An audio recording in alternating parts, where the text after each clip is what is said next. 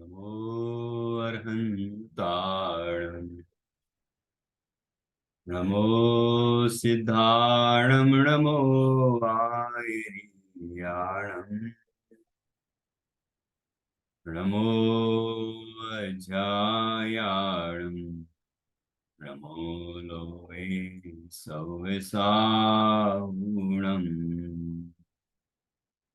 मङ्गलं भगवान् वीरो मङ्गलं गौतमो गणी मङ्गलं कुन्दकुन्दाद्यो जैनधर्मोऽस्तु मङ्गलम् सर्वमङ्गलमाङ्गल्यं सर्वकल्याणकारकम् प्रधानं सर्वधर्माणां जैनं जयतु शासनम् जैनं जयतु शासनम्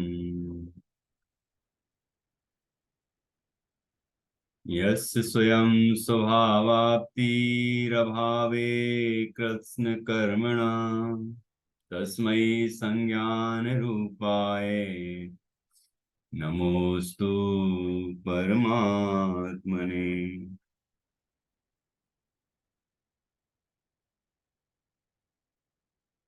आचार्य श्री पूज्यपाद स्वामी द्वारा रचित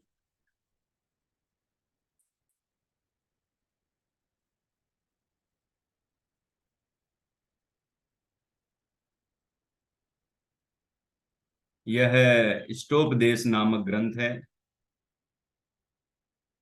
इसके 27 श्लोकों तक हमारी चर्चा हो चुकी है। आज 28वें और 29वें श्लोक पर चर्चा होगी। यहाँ 27वें श्लोक से लेकर 30वें श्लोक तक निर्ममत्व होने का विधान बताया जा रहा है, क्योंकि इसके पहले ये तथ्य प्रस्तुत किया गया था कि ममत्व भाव से बंध होता है और निर्ममत्व भाव से मोक्ष होता है। बंध का अभाव होता है, मोक्ष होता है। तो फिर निष्कर्ष ये निकला कि हमें निर्ममत्व होने का प्रयत्न करना चाहिए, उपाय करना चाहिए। ममत्व का अर्थ हुआ मिथ्यात्व, क्रोधादि विकारी परिणाम रूप परिणमन, और निर्ममत्व का अर्थ हुआ वीतराग भाव रूप परिणमन। इन समस्त मिथ्यात्व और क्रोधादि विकारी परिणामों के अभाव रूप जो वीतराग परिणाम है, ऐसे वीतराग परिणाम से जीव को मोक्ष की प्राप्ति होती है। क्योंकि वीतराग भाव से नए कर्मों का बंध होता नहीं और पुराने कर्म जो हैं वो खिर जाते हैं। नए ना बंधें और पुराने खिर जाएं तो मोक्ष होता है। तो फिर यहाँ प्रश्न किया शिष्य ने, तो वो निर्मम किस प्रकार हुआ जाए, वो विकारों से मुक्त कैसे हो सकते हैं, कैसे हम अंतर में वीतरागता शुद्ध भाव को प्रकट कर सकते हैं। तो उसके लिए 27वें श्लोक से चर्चा प्रारंभ हुई। कल हमने 27वां श्लोक समझा था। उसमें आया कि आत्मा का जो स्वरूप है उसको जानकर उस स्वरूप का अनुभव करे, उसका संवेदन करे, उसे परद्रव्यों से प्रभावों से भिन्न अनुभव करे तो निर्मम होता है। कैसा है आत्मा? तो लिखा है एको हम निर्ममः शुद्धो ज्ञानी योगींद्र गोचरः बाह्या संयोग जा भावा मत्ता सर्वेपि सर्वथा। कि मैं एक हूं, मैं निर्मम हूं, मैं शुद्ध हूं। देखो, निर्मम होना है और स्वभाव से निर्मम ही हूं। जो निर्मम स्वभाव का अनुभव करेगा वो निर्मम हो जाएगा। यहां निर्मम का अर्थ ममत्व का अभाव, यह मेरा है, पर वस्तुओं में यह मेरा है और मैं इसका हूं, ऐसा जो भाव वो निर्मम, तो वो मेरे स्वभाव में ही नहीं है, और जो उस स्वभाव का अनुभव करता है वो निर्मम हो जाता है। शुद्ध है, शुद्ध हूं, ज्ञान स्वरूप तत्व हूं, ज्ञायक भाव, और केवलियों द्वारा ज्ञात होने वाला और श्रुत केवलियों द्वारा ज्ञात होने वाला, ऐसा स्वसंवेदन में आने वाला, स्वसंवेदन से प्रत्यक्ष होने वाला तत्व हूं। और जो संयोग हैं, संयोगी भाव हैं, वे मेरे से सर्व प्रकार से बाह्य हैं। ये शरीर आदि सर्व पदार्थ मुझसे बाह्य हैं, अर्थात भिन्न हैं, और समस्त रागादि विकारी परिणाम भी मुझसे भिन्न हैं, वो मेरे स्वभाव नहीं है। ऐसा मैं शुद्ध चैतन्य तत्व हूं, ऐसी जो अनुभूति करता है वह निर्ममत्व भाव को प्राप्त करता है। अब आगे, अब 3 श्लोक और आएंगे जिसमें निर्ममत्व होने की विधि बताई गई है। तो उसमें 27वां हो गया, अब 28वां, 29वां और 30वां, और 3 और आएंगे। तो अभी 28वां पढ़ते हैं। उत्थानिका है। फिर भावक अर्थात भावना करने वाला विचारता है कि संयोग के क्या फल। इसका अर्थ यह है कि देहादिक के संबंध से प्राणियों को क्या फल मिलता है। जिनको 27वें श्लोक में कहा था, ये सब संयोग से उत्पन्न होने वाले संयोगी जो भाव हैं वो मुझसे भिन्न हैं। तो यहां ये पूछा गया है कि वे संयोगी भाव, उन संयोगी भावों से संबंध रखने से क्या होता है। संयोग के क्या फल हैं, या इसका अर्थ है देहादिक के संबंध से प्राणियों को क्या फल मिलता है। तो यहां पर उसका उत्तर दिया है श्लोक के रूप में, पढ़ेंगे। दुख संदोह भागित्वम संयोगादिह देहिनाम जजाम्येनं ततः सर्वं मनोवाक्काय कर्म भी। दुख संदोह भागित्वम, दुख, संदोह, संदोह का अर्थ होता है समूह, दुखों का समूह, भागित्वम, दुखों के समूह को भोगना, संयोगात इह देहिनाम, इह अर्थात इस संसार में, देहिनाम अर्थात शरीरधारियों के, शरीरधारी अर्थात जो शरीर को धारण करने वाले हैं, संसारी सभी जीव, संसारियों के शरीर होता है, तो शरीरधारी संसारी जीव संयोगात दुख संदोह भागित्वम, संयोग से दुख समूह के भागी होते हैं, दुख समूह को भोगते हैं, अर्थात बहुत दुख भोगते हैं। यहां संयोग का अर्थ क्या, कि देह आदि, देह आदि में, अभी जो पिछले श्लोक में संयोग का शब्द का अर्थ किया था, तो देहादि में क्या लगाना, कि शरीर, मन, वाणी, श्वासोच्छ्वास, और बाहर के और पदार्थ भी लगा लो, है ना। अभी तो यहाँ एक क्षेत्र का संबंध रूप जो शरीर आदि हैं उनकी बात की, और भी गहराई से बात करते हैं तो आत्मा में पैदा होने वाले जो विकारी परिणाम हैं वो भी, या ऐसा कहें कि जो शरीर आदि हैं, इंद्रियां हैं, ये सब जो हैं, ये रागादि विकारी परिणामों के उत्पन्न होने में निमित्त हैं, और उनसे फिर जीव को दुख होता है।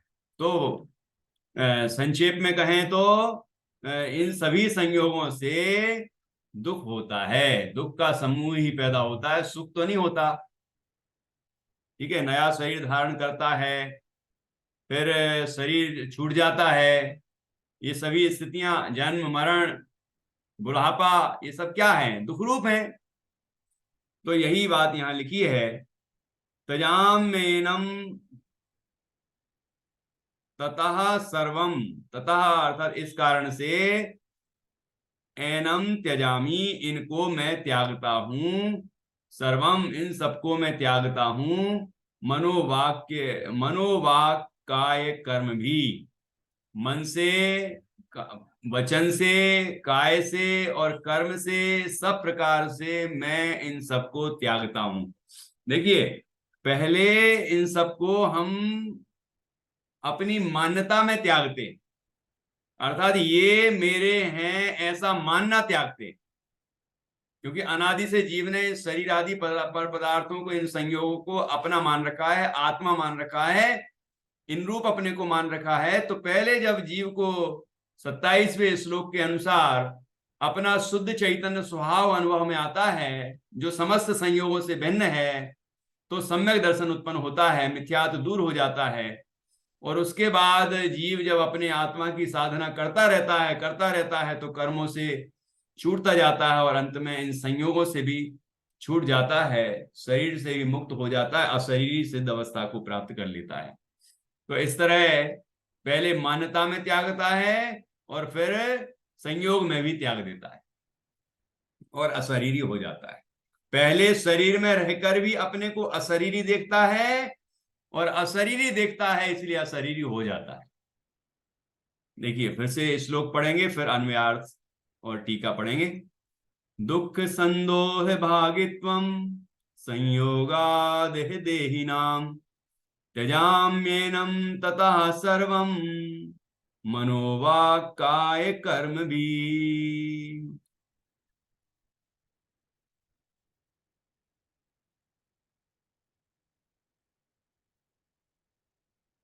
अन्वयार्थ, इस संसार में देहादिक के संबंध से प्राणियों को दुख समूह भोगना पड़ता है, अर्थात अनंत दुख भोगना पड़ता है। इसलिए उस समस्त संबंध को मन वचन काय की क्रिया से मैं तजता हूं। ठीक है, दुखों का संदोह अर्थात समूह है, उसका भोक्तापना यहां अर्थात इस संसार में संयोग के कारण, अर्थात देहादिक के संबंध के कारण होता है। अर्थात देहादिक के संबंध के कारण प्राणियों को अनेक दुख भोगने पड़ते हैं। लोग कहते हैं ना, ये पेट नहीं होता तो कमाने की जरूरत नहीं पड़ती, ये शरीर नहीं होता तो रोटी कपड़ा मकान की जरूरत नहीं पड़ती, और भी अनेक तरह से बोलते हैं। तो ये शरीर है जो इन सभी दुखों की जड़ है, तो इसलिए हमें अशरीरी होने का प्रयत्न करना है। अब आप कहेंगे कि शरीर कैसे जड़ है? तो शरीर है होने मात्र से मतलब नहीं, शरीर है तो उसमें अपनापन भी है, उससे राग द्वेष भी है, इंद्रियां भी हैं और इंद्रियों के विषय भी भोगने की भावना है, ये दुख के कारण होते हैं। तो शरीर उसमें कारण है। शरीर नहीं होता तो क्या होता डॉक्टर निधि जी? शरीर नहीं होता तो क्या होता? कि शरीर नहीं होता तो अशरीरी होते, सिद्ध भगवान बन जाते। तो दुख का कारण तो ये शरीर भी हुआ ना, निमित्त रूप से। अर्थात देहादि के संबंध के कारण प्राणियों को अनेक दुख भोगने पड़ते हैं।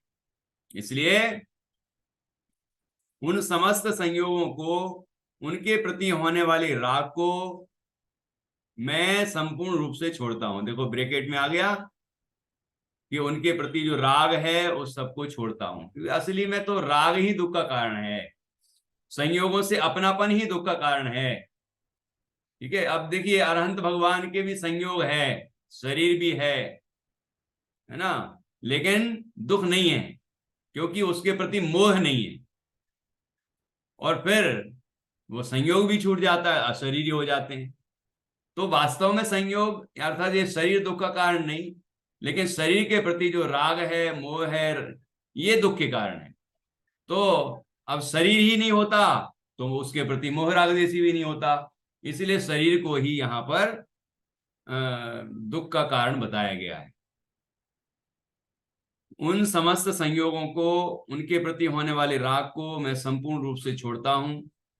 किस द्वारा? करने में आते संबंध को, मन वचन काय की क्रिया से, मनोवरणादि के आलम्बन से, आत्म प्रदेशों के परिस्पंदन द्वारा करने में आते संबंध को ही मैं छोड़ता हूं। अर्थात जो मन वचन काय की क्रिया है, तो मन वचन काय की क्रिया के निमित्त से आत्म प्रदेशों में कंपन होता है। जैसे हाथ हिल रहा है ऐसा ऐसा, तो यहीं स्थित जो आत्म प्रदेश हैं वो भी कंपित हो रहे हैं, वो भी हिल रहे हैं, है ना, कंपायमान हो रहे हैं प्रदेश। तो वो योग कहलाता है ना। तो तो इसलिए यहां कहा है कि जो मन वचन काय की क्रिया से, मनोवर्गणादि के आलम्बन से, आत्म प्रदेशों के परिस्पंदन द्वारा करने में आते संबंध को ही मैं छोड़ता हूं। और छोड़ता हूं का अभिप्राय क्या है? इसका अभिप्राय यह है कि मैं मनवचन काय के प्रति उनके आलम्बन से परिस्पंद होते आत्मा के प्रदेशों को मैं भाव से रोकता हूं। क्यों रोकता हूं? क्योंकि मनवचन काय के निमित्त से जो आत्म प्रदेशों में परिस्पंद होता है, कंपन होता है, चंचलता होती है, चेष्टा होती है, उससे कर्मों का आश्रय होता है। काय वांग मनः कर्म योग स आश्रव, तत्वार सूत्र, ठीक है, छठवां अध्याय। तो मैं उन मनवचन काय की चेष्टा को रोकता हूं तो आत्म प्रदेशों का कंपन भी रुकता है और आश्रय होना बंद होता है। तो आगे लिखा है क्यों रोकता हूं? क्योंकि सुख दुख जिसका एक फल है, वैसे संसार मोक्ष का वैसा भेदा भेद का अभ्यास मूल है। अर्थात आत्मा मन वचन काय से भिन्न है। ऐसे भेद अभ्यास से सुखरूप मोक्ष की प्राप्ति होती है, और आत्मा मन वचन काय से अभिन्न है। ऐसे अभेद अभ्यास से दुखरूप संसार की प्राप्ति होती है। देखिए, शरीर में एकता बुद्धि करेंगे, उसका ही अनादि से अभ्यास है और वही अभ्यास करते रहेंगे कि अपने को शरीर ही मानते रहेंगे, तो अनंत दुख होगा।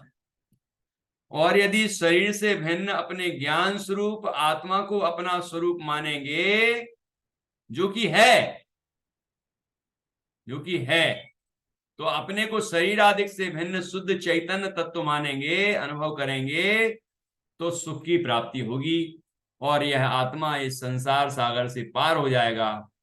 इस भेद ज्ञान के अभ्यास से यह जीव अशरीरी हो जाएगा और मोक्ष को प्राप्त करेगा। तथा समाधि तंत्र श्लोक 62 में कहा है कि, श्लोक नंबर 62 में आया है, श्लोक यहाँ पर टीका में दिया गया है, अगले पेज पर है, देखिए, और वहीं इसका अर्थ भी है। ये देखिए श्लोक है, ये श्लोक 62 समाधि तंत्र का श्लोक है, जो कि आचार्य पूज्यपाद स्वामी ने ही लिखा है। स्वबुद्ध्या यत्तु गृहणीयात् काय वाक् चेतसां त्रयम् संसारस्तावदेतेषां तदाभ्यासेन निर्वृति। अर्थ, जब तक शरीर, वाणी और मन, इन तीनों को यह मेरे हैं ऐसी आत्मबुद्धि से जीव ग्रहण करता है, स्वबुद्ध्यास यत्तु गृहणीयात् काय वाक् चेतसाम त्रयम्, तब वहां तक संसार है। संसारस्तावता तावदे तेषाम, और जब उनसे भेद बुद्धि का, अर्थात आत्मा शरीर आदि से भिन्न है, ऐसी भेद बुद्धि का अभ्यास करता है, तब मुक्ति होती है। तदाभ्यासेन निर्वृत्ति, और उसके भेद ज्ञान के अभ्यास से निर्वृत्ति अर्थात मोक्ष होता है। इस प्रकार सीधी सी बात कही गई है। यदि हम शरीर मन वाणी ये जो संयोग हैं इनमें अपनापन करेंगे, इनके प्रति राग द्वेष आदि करेंगे, तो हमें संसार की प्राप्ति होगी, दुख की प्राप्ति होगी, चतुर्गति में भ्रमण होगा। और यदि देहादिक से भिन्न अपने को शुद्ध चैतन्य अनुभव करेंगे, आत्मा की श्रद्धा ज्ञान और उसमें लीनता करेंगे, तो इस संसार सागर से हम पार हो जाएंगे, दुखों से मुक्त हो जाएंगे, कर्मों से मुक्त हो जाएंगे और मोक्ष की प्राप्ति हो जाएगी। ये सीधी सी सरल सी बात है और यहाँ बताई गई है। अब इस श्लोक के बाद भावार्थ देखिए, जो अभी हमने पढ़ा है उसको सरल भाषा में यहाँ बताया गया है। उसके बाद हम अगले श्लोक पर भी चर्चा करेंगे, 29 पर। देहादि के संबंध के कारण प्राणियों को संसार में अनेक प्रकार के दुख भोगने पड़ते हैं। इसलिए जीव को उन देहादिक के साथ की एकता बुद्धि को सर्वथा छोड़ना चाहिए और स्वसन्मुख होकर ऐसे परिणाम करना चाहिए कि जिससे मन वचन काय का अवलंबन छूटकर आत्मा अविकारी हो और अंततः आत्मा के प्रदेशों का परिस्पंदन भी रुक जाए। जब तक शरीर मन वाणी में आत्मबुद्धि है तब तक संसार की परंपरा चालू रहती है, परंतु मन वचन काय आत्मा से भिन्न है। ऐसे भेद विज्ञान के अभ्यास से मुक्ति की प्राप्ति होती है। इतनी सीधी सरल बात कही गई है और उसके बाद भी यदि हम इस बात को नहीं समझ रहे हैं तो क्या कहा जाए। यहाँ तो सरल सी बात कर दी है कि भाई यदि जो शरीर हमारे संयोग में है उसमें हम अपनापन करेंगे, शरीर के रंग रूप, शरीर की जाति, शरीर के संबंधी, है ना, शरीर से संबंधित जो कुछ भी है उस सब में हम अपनापन करेंगे। मन में वाणी में ये सब पौद्गलिक भाव हैं, इनमें अपनापन करेंगे तो क्या होगा। तो इस मिथ्यात्व से, इस अभेद ज्ञान से संसार की वृद्धि होगी। यह ऐसा कहा गया है, इसी ग्रंथ में कहा है प्रारंभ में, शरीर को चाहेगा तो शरीर ही मिलते रहेंगे। तो शरीर अशरीरी की भावना करेगा तो अशरीरी होगा, और शरीर की भावना भाएगा, शरीर में एकता बुद्धि करेगा तो शरीर आगे मिलते रहेंगे। ठीक है।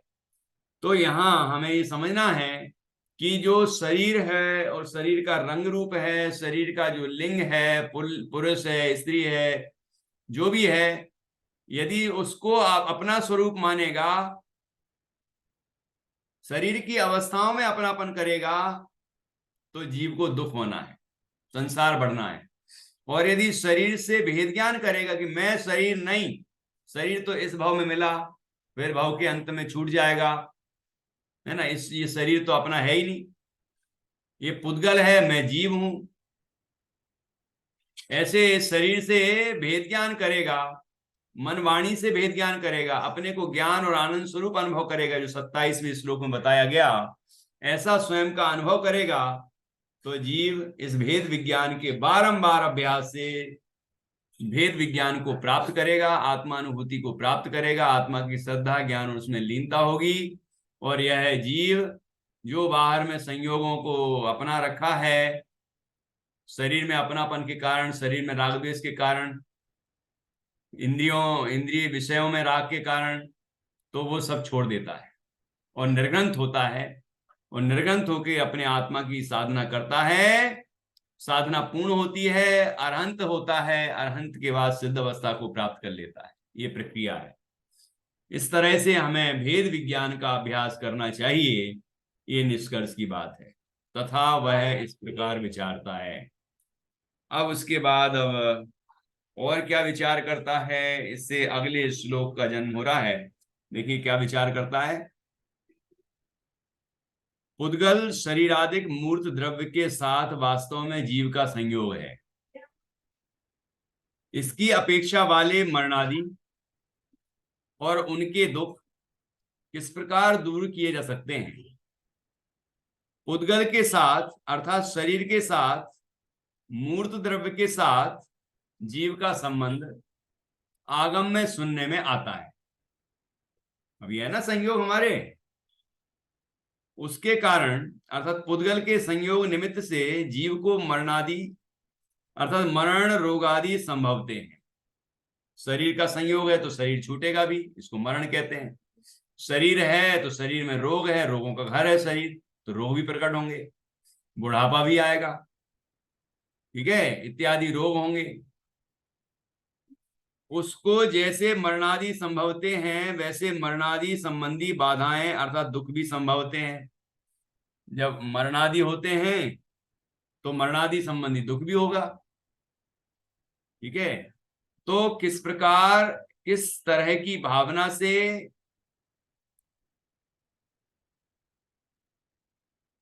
मुझे उन दुखादि को परिहरना अर्थात उनका आक्रमण किस प्रकार निवारण किया जा सके, ऐसा अर्थ है।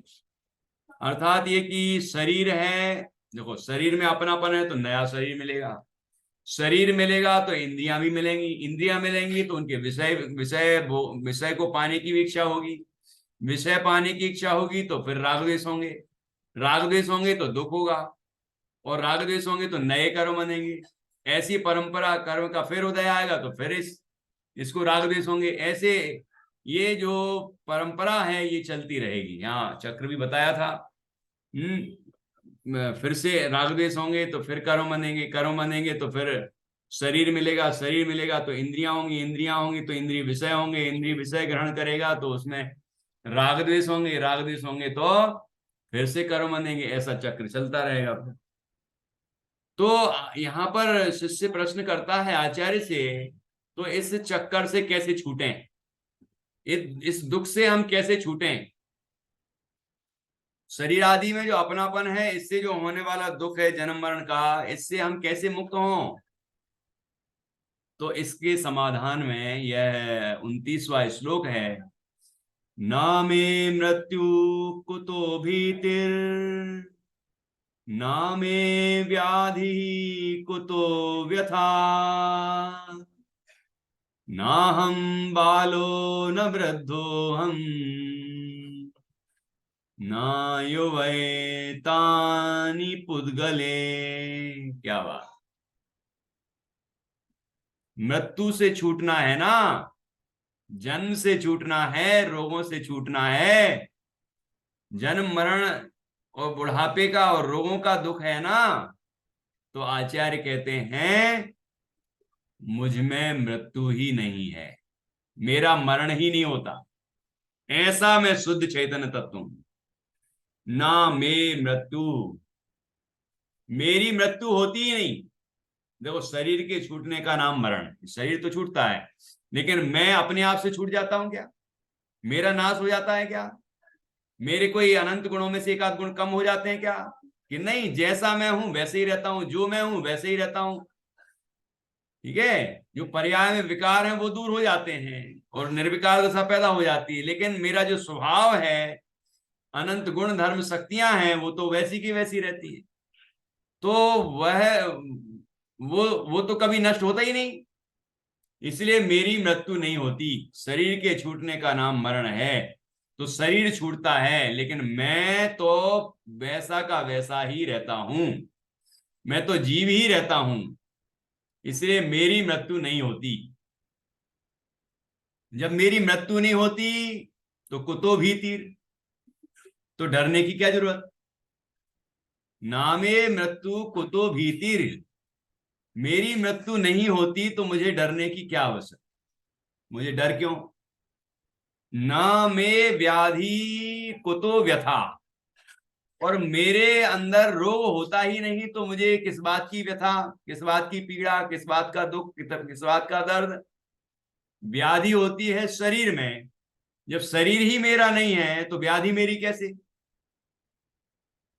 व्याधि अर्थात बीमारी, रोग, तरह तरह की बीमारियां, और आजकल हर दिन नई नई बीमारियां पैदा हो रही हैं।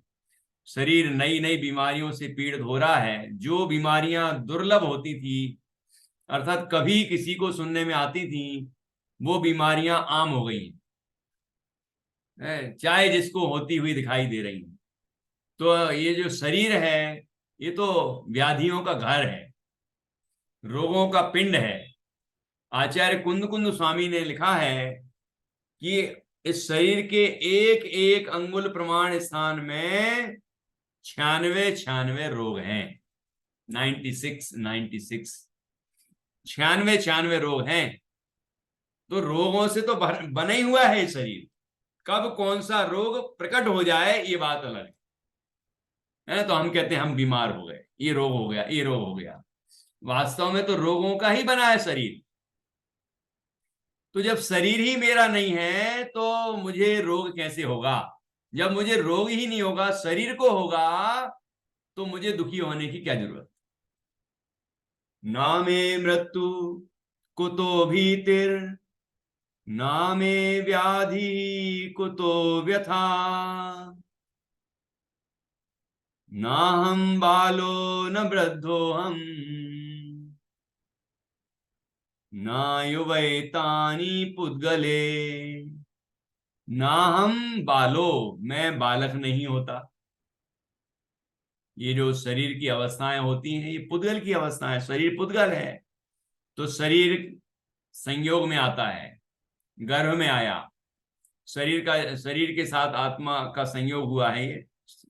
ठीक है। शरीर की उत्पत्ति में, उत्पत्ति का नाम जन्म, फिर बाल्यावस्था हुई, फिर वृद्धावस्था, युवावस्था हुई, फिर वृद्धावस्था हुई। किसकी है ये? शरीर की। ये जो अवस्था है, प्रौढ़ अवस्था, ये किसकी अवस्था है? आत्मा की। तो जब आत्मा, जब ये शरीर की बाल्य अवस्था थी, तो आत्मा क्या बालक था? नहीं। यदि आत्मा बालक होता उस समय, तो 8 वर्ष के बालक को, 8 वर्ष अंतर मुहूर्त के बालक को केवल ज्ञान कैसे हो जाता है, और एक बूढ़े को नहीं होता किसी को? तो ऐसा क्यों? वो बालक अनंत सुखी हो जाता है, और वो वृद्ध जो शरीर से अपनापन करता है, वो अनंत दुखी होता है। ऐसा क्यों? तो बाल्य अवस्था शरीर की अवस्था है, वृद्धावस्था भी शरीर की अवस्था है। दुखी होने का कार्य तब होता है जब शरीर में अपनापन करता है, और शरीर से जो भेद ज्ञान करता है, वह बालक ही सुखी हो जाता है, क्योंकि वो बालक नहीं, आत्मा बालक नहीं है। आत्मा तो पूरा का पूरा है। बाल्यावस्था में वही आत्मा है जो युवावस्था में है, जो वृद्धावस्था में है, और जो मरण के बाद भी है। आत्मा तो वही का वही रहता है, वो शरीर रूप होता ही नहीं। इसलिए यहां कहा, ये जो बाल्यावस्था है शरीर की, वो आत्मा नहीं है, वो मैं नहीं हूं। जो युवावस्था है वो मेरी नहीं है, वो शरीर की है, मेरी नहीं है, मैं आत्मा हूं। ये जो वृद्धावस्था है, ये भी मेरी नहीं है, मैं आत्मा हूं। तो ना हम बालो न वृद्धो हम, ना मैं बालक हूं, ना मैं वृद्ध हूं, और ना युवैतानी, और ना मैं युवावस्था को प्राप्त हुआ हूं। युवावस्था भी मेरी नहीं है, यौवन भी मेरा नहीं है, यंग एज भी मेरी नहीं है। सब ये पुद्गले, ये सब पुद्गल में होती है। पुद्गल शरीर की अवस्थाएं हैं, आत्मा की अवस्थाएं नहीं है। ऐसा जब भेद विज्ञान प्रकट होता है, तो फिर सारे दुख समाप्त हो जाते हैं। ये बात यहां बताई गई है। देखिए, बड़ा सुंदर श्लोक है। मेरा मरण नहीं तो डर किसका, मुझे व्याधि नहीं तो पीड़ा कैसी। मैं बालक नहीं, मैं वृद्ध नहीं, मैं युवक नहीं, ये सर्व अवस्थाएं पुद्गल की हैं। टीका, एको हम इत्यादि से जिसका आत्म स्वरूप निश्चित हुआ है। 27वें श्लोक में जो एको हम आदि कहा गया था, आत्मा का स्वरूप, वो मेरा स्वरूप है। ऐसा हमने निश्चय किया था। तो कह रहे हैं एको हम इत्यादि से जिसका आत्म स्वरूप निश्चित हुआ था कि मैं एक हूं, मैं शुद्ध हूं, मैं ज्ञान स्वरूप हूं, है ना, ऐसा मेरा जो स्वरूप स्थापित बतलाया गया था, मैं सभी संयोगों से भिन्न हूं। तो ऐसा जो आत्म स्वरूप निश्चित हुआ था, हुआ है, एको हम इत्यादि से जिसका आत्म स्वरूप निश्चित हुआ है, ऐसे मुझ आत्मा को मरण अर्थात प्राण त्याग नहीं है। आत्मा के वास्तविक प्राण चैतन्य प्राण है। ये जो ये जो प्राण है ना, आयु, या जो 10 प्राण हैं, ये आत्मा के प्राण नहीं है, ये तो पौद्गलिक हैं। ठीक है, आत्मा के वास्तविक प्राण तो चैतन्य है, चैतन्य भाव। तो वो तो कभी नष्ट होता ही नहीं, वो तो कभी उस प्राण का तो त्याग होता ही नहीं है। आत्मा तो हमेशा ज्ञानानंद स्वरूप रहता है, चैतन्य स्वरूप रहता है। तो ऐसे मुझे मरण अर्थात प्राण त्याग नहीं है।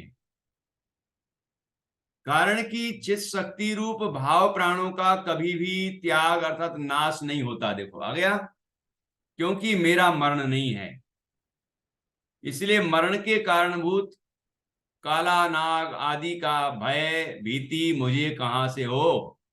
ये काला नाग जा रहा है, अब मुझे डस लेगा, मैं मर जाऊंगा, मेरा क्या होगा। ये कौन डरता है? जिसको ये मानता है कि मेरा मरण हो जाएगा, तो मरण भय है ये, मैं मर जाऊंगा यदि वो डस लेगा तो भागता है उससे। मैं मर ही नहीं सकता, मैं अजर अमर तत्व हूं। तो अब फिर बताइए कि किससे डर लगेगा? तो किसी से, उस काले नाग से भी डर नहीं लगता। इसलिए तो मुनराज अपने आत्मा में लीन रहते हैं, समाधिस्थ हो जाते हैं, और यहां वो सांप उनके ऊपर से निकल जाता है, कभी गले में लपट जाता है, कभी शरीर में लिपट जाता है, कभी लिपटने के बाद वहां से निकल जाता है। अनेक चेष्टाएं होती हैं उसकी, लेकिन वो मुनराज, वो साधक अपने चैतन्य में ही लीन रहते हैं और केवल ज्ञान को प्राप्त कर लेते हैं। तो कितनी सुंदर बात कही। ये निर्भयता कहां से आती है? क्योंकि मेरा मरण नहीं है, इसलिए मरण के कारणभूत काला नाग आदि, आदि में जितने भी दुनिया में मरण के निमित्त, बाहर के निमित्त कहे जाते हैं, वे सब आदि का भय भीति मुझे कहां से हो, अर्थात मैं किसी से भयभीत नहीं, ऐसा अर्थ है। तथा व्याधि अर्थात वातादि दोष की विषमता मुझे नहीं है, क्योंकि वातादि का संबंध मूर्त पदार्थों के साथ है। इसलिए ज्वरादि विकारों से मुझे व्यथा पीड़ा कैसे होगी? ये वातादि क्या कहलाते हैं? वात, पित्त और कफ। शरीर में 3 विकार होते हैं, 3 चीजें होती हैं, वात, पित्त और कफ। जब इनका संतुलन बिगड़ता है तो बीमारियां पैदा होती हैं। ठीक है, यहाँ ये वैद्य को देखा होगा आपने, वो नाड़ी पर ऐसे 3 उंगली रखते हैं और 3 उंगली क्रम से उठा उठा के देखते हैं कौन से में गड़बड़ है। तो वो समझ जाते हैं इसको वात रोग हुआ है कि पित्त रोग हुआ है कि कफ रोग हुआ है। उस हिसाब से वो औषधि देते हैं और ठीक हो जाता है व्यक्ति। आज लाखों करोड़ों की मशीनें लगी हुई हैं, उनमें लोग जांच करवाते हैं, फिर जाके बड़ी मुश्किल से मालूम चलता है कि ये हुआ है, हैं? मतलब उपचार कितना महंगा हो गया। अभी तो मैं बात कर रहा हूं कि ये जो वात, पित्त और कफ हैं, ये नाड़ी में दिख रहा है ना, शरीर में हो रहा है ना, आत्मा में नहीं है। तो तथा व्याधि अर्थात वातादि दोष की विषमता, विषमता अर्थात संतुलन का बिगड़ जाना। संतुलित हैं तीनों तो बीमारी नहीं होगी, असंतुलित हुए और बीमारी पैदा। बीमार स्वरूप तो है ही शरीर का, रोगों से ही तो बना हुआ है, लेकिन वो बीमारी कब जन्मती है? जब इनमें बैलेंस बिगड़ता है। तो व्याधि अर्थात वातादि दोष की विषमता मुझे नहीं है, क्योंकि वातादि का संबंध मूर्त पदार्थों के साथ है। जो मूर्त है, स्पर्श रसगंध वर्ण वाला है, जो शरीर है मूर्तिक, इससे ही उन वात, पित्त और कफ का संबंध है। इसलिए ज्वरादि विकारों से मुझे व्यथा पीड़ा कैसे होगी कि वात पित्त और कफ के का संतुलन बिगड़ भी जाए तो मुझे पीड़ा होने वाली थोड़ी है। वो तो शरीर की स्थिति बिगड़ी है, और मैं शरीर हूं ही नहीं, मुझ में रोग होते नहीं, मैं शरीर से भिन्न हूं। जब मैं ऐसा इन सब से भिन्न शुद्ध चैतन्य तत्व हूं तो फिर मुझे डरने की क्या जरूरत, और मुझे पीड़ा कैसे हो सकती है। देखो, ऐसा भेद ज्ञान होना चाहिए। तथा मैं बाल आदि अवस्थाओं वाला नहीं, बालक युवा वृद्ध इत्यादि अवस्था वाला नहीं, इसलिए बालादि बालादि अवस्थाओं से उत्पन्न होने वाले दुखों से मैं किस प्रकार घिरूं, किस प्रकार दुखी होऊं, ऐसा सामर्थ्य से यहां समझना कि बाल्यावस्था के जो दुख होते हैं, युवावस्था में जो दुख होते हैं, वृद्धावस्था में जो दुख होते हैं, वो दुख मेरे नहीं हैं। मैं उनसे दुखी क्यों हूं? कि मैं उनसे दुखी नहीं होता। बाल्यावस्था, युवावस्था, वृद्धावस्था में कुछ भी होता रहे, शरीर कमजोर हो जाए, चाहे बलवान हो जाए, चाहे कैसा भी हो जाए, वो मेरा है ही नहीं, तो मुझे उस संबंधी दुख भी नहीं होगा। पूछता है कि तब मृत्यु आदि किसमें होती है? ये मृत्यु, व्याधि, बाल आदि अवस्थाएं पुद्गल में, अर्थात मूर्त शरीर आदि में ही संभवती हैं, क्योंकि वे मूर्त पदार्थों का धर्म होने से अमूर्त ऐसे मुझ में उनका होना बिल्कुल संभव नहीं है। मैं अमूर्तिक तत्व हूं और शरीर मूर्तिक तत्व है। ये सब चीजें इस शरीर में होती हैं, आत्मा में नहीं होती, और मैं आत्मा हूं, इसलिए मैं क्यों दुखी होऊंगा। कितनी सुंदर बात कही।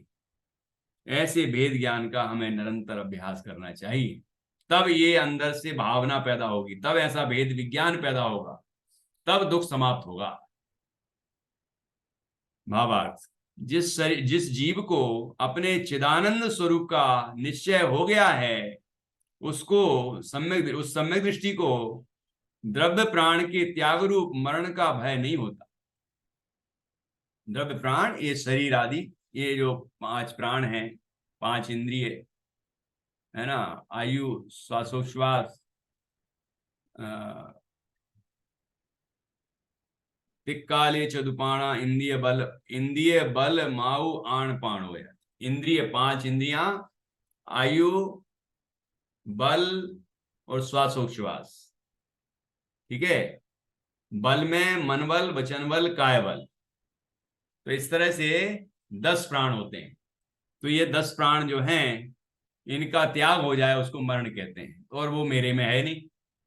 मैं तो चैतन्य प्राणों से जीता हूं, क्योंकि वह निस्संक है कि शरीर का पर्याय दृष्टि से नाश होता है, परंतु चित्त शक्ति लक्षणात्मक ज्ञान दर्शन स्वरूप भाव ज्ञान दर्शन रूप भाव प्राण का कभी भी नाश नहीं होता। उसको मरण का भय नहीं, तो मरण के कारणभूत काले सर्पादिक का भय कहां से होगा? होगा ही नहीं। मैं चैतन्य प्राणों से जीता हूं, और चैतन्य प्राणों का कभी नाश नहीं होता। वो 10 प्राणों का नाश तो होता है, जो कि वो मेरे नहीं है, और मेरा मरण भी नहीं होता। इसलिए मरण भय कैसे होगा? मरण के कारणभूत जो जितनी भी चीजें हैं दुनिया में, वो उनसे मुझे भय नहीं हो सकता। तथा उसको वात पित्त कफ की विषमता से, अर्थात असमानता से उत्पन्न होने वाली व्याधियों का भय भी नहीं होता, क्योंकि वह जानता है कि उनका संबंध मूर्त पदार्थ शरीर आदि के साथ है, आत्मा के साथ नहीं। इसलिए उसको ज्वर आदि की पीड़ा कैसे होती ही नहीं। तथा बाल वृद्धादि अवस्थाएं पुद्गल की हैं, आत्मा की नहीं। इसलिए उन अवस्थाओं से उत्पन्न होने वाले दुखों का वेदन भी उसे कैसे होता ही नहीं। मृत्यु, व्याधि और बाल वृद्धादि अवस्थाएं पुद्गल मूर्त शरीर आदि में ही हो सकती हैं, क्योंकि वे सब मूर्तिमान धर्म हैं। जीव तो अमूर्तिक चेतन है, उसमें वे धर्म कभी भी नहीं हो सकते। पुद्गल का धर्म पुद्गल में रहेगा, उस धर्म अर्थात स्वभाव, पुद्गल का स्वभाव पुद्गल में रहेगा, जीव का स्वभाव जीव का होगा, जीव में रहेगा। पुनः भावक ही भावना करने वाला ही स्वयं आशंका करता है, तब प्राप्त करके छोड़ दी हुई वे शरीरादि वस्तुएं पश्चातापकारी बनेंगी। अर्थात यदि उक्त नीति अनुसार मुझे भयादि ना हो तो इन शरीरादिक वस्तुओं को प्राप्त करके अर्थात जन्म से लेकर उन्हें आत्मीय भाव से स्वीकार कर अब मैंने छोड़ दी, अर्थात भेद भावना के बल से मैंने त्याग दी, तो वे देहादि वस्तुएं चिरकाल के अभ्यस्त अभेद अर्थात एकत्व बुद्धि के अभ्यास के संस्कार के कारण क्या पश्चातापकारी बनेंगी। अर्थात अपनी मानी हुई उन वस्तुओं को मैंने छोड़ दिया, इससे क्या वे वस्तुएं मुझे पश्चातापजनक हो जाएंगी। यहां भावक स्वयं ही प्रतिषेध का विचार करके कहता है, नहीं, ऐसा नहीं हो सकता, क्योंकि इसके लिए 30 नंबर का श्लोक आएगा जिसकी चर्चा हम कल करेंगे, सोमवार को करेंगे। अभी यहाँ हमने 28 और 29 इन दो श्लोकों की आज चर्चा की है। हमने बहुत सुंदर विषय समझा है। ये शरीर मन वाणी ये सब मेरे नहीं हैं, मैं इन सब से भिन्न हूँ, और शरीर में होने वाली जो जन्म जरा आदि हैं ये सब भी मेरे नहीं, मैं एक ज्ञायक भाव हूँ। 27वें श्लोक में कहे गए स्वभाव रूप में हूँ, ऐसा जो अनुभव करता है वो संसार सागर से